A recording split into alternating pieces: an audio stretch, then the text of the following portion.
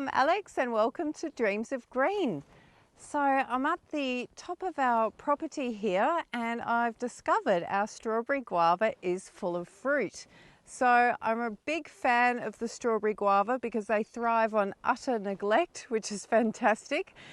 This one is a few years old. They're fairly slow growing, but they make a great edible hedge. You can keep them in a pot at your back door as well, and just super easy to germinate. So this one, the strawberry guava can survive down to -5 degrees apparently, and of course drought tolerant, and we've had quite a few 40-degree days and it's coped beautifully. So I've just harvested a handful of fruit, so I'll go down and eat that first and then I'll save some seeds and show you how to propagate this one from seed. It's super simple, so let's go. So I'm here in the nursery and I've eaten some of these strawberry guavas. What I tend to do is I just tend to have a bowl like this on the kitchen bench.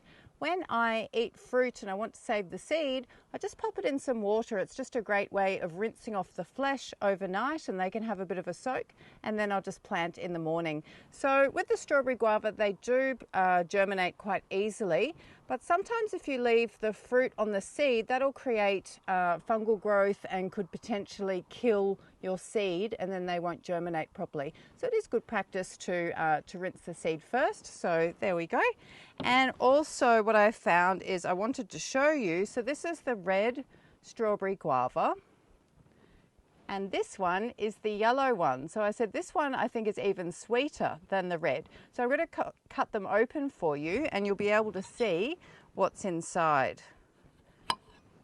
So when I cut the red strawberry guava open, you can see it's white in the middle and there are the seeds there. So that's what I've soaked overnight and that's what we'll be propagating today. And then if I cut the yellow one in half, very similar.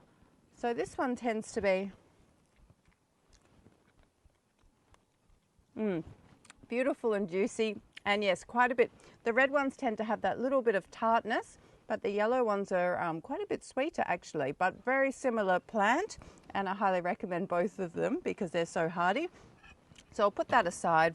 So what I've got here is I just save little plastic containers like this instead of throwing them in the recycling bin. And with my setup, I always have underneath my workbench just a bucket of mixture of 50-50 sharp river sand and compost. So I just always have that ready to go. So I've just filled this most of the way to the top. I'm just going to, here, I'll just move this so you can see. All right, so I'm just going to literally just tip my seeds in over the top like that. Just like that. And then I'll just get a handful of the compost mixture. Place that, making a mess here. So just place that over the top. So just a fairly light coating. Let me get rid of that.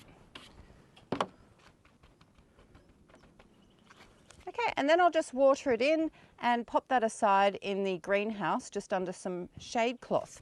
So what you'll notice, oh, another thing as well is I'll just make sure I tend to use plastic labels, because after a while the paddle pop sticks or wooden labels, you can't see what's written. That's what I found anyway, and I'll find a wooden label and I'll have no idea what I've actually sewn in there. So I use a plastic label with a permanent marker and I just put what variety it is, where I collected the seed from, just in case you go to a local market and you know that they have good custard apple, for example, or mangoes. So I like to put where I collected the seed from, and then I just have a date that I sowed the seed. So that way, if nothing pops up in, let's say, a few months, then perhaps it wasn't a good batch of seed and I know that I can discard the seed. So that's what we do there. And just keep it moist. You don't need to keep it super wet. And when the temperatures are warm enough, then the little seedlings will emerge. So after a few weeks, or potentially a few months if you're sowing them over the winter, you'll get some little seedlings popping up like this. Now these aren't actually strawberry guava, these are Grummy Charmer, but in the same family. So your seedlings will look something like this. And then what I do is when they're got their second set of leaves. So these probably could have been potted up probably a month or two prior, but that's okay. I just pot them up in tube stock like this. And I'll get some sort of a tray like this to place them in, just so that they don't fall over. And then I tip this, I'll just grab a container actually to show you. So I just tip this upside down. Let's just zoom in a bit here. And then what I do is just gently separate the little seedlings. So they come apart, even though they were so crowded, they actually come apart quite easily. Okay, so I've got all my little seedlings there. Place those aside like that. Grab my little pot. And then I just fill it maybe halfway. Just drill a little hole. And you want to make sure that the roots can get down to the bottom, or close to the bottom of your pot. And I'll just hold it like that to keep it in place. And then top it up with the compost mixture. I just kind of give it a tap, press it down a little just to make sure there's no air holes, and pop it up like that. And then I'll just place them in. I can use this to wedge it in so it doesn't fall over. And then I just go to the next one.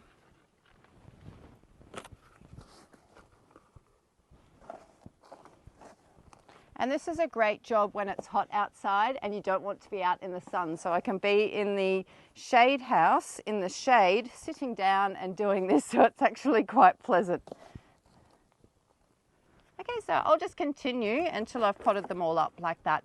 And then what you'll notice is this one here, this is a strawberry guava that would be at least 12 months old.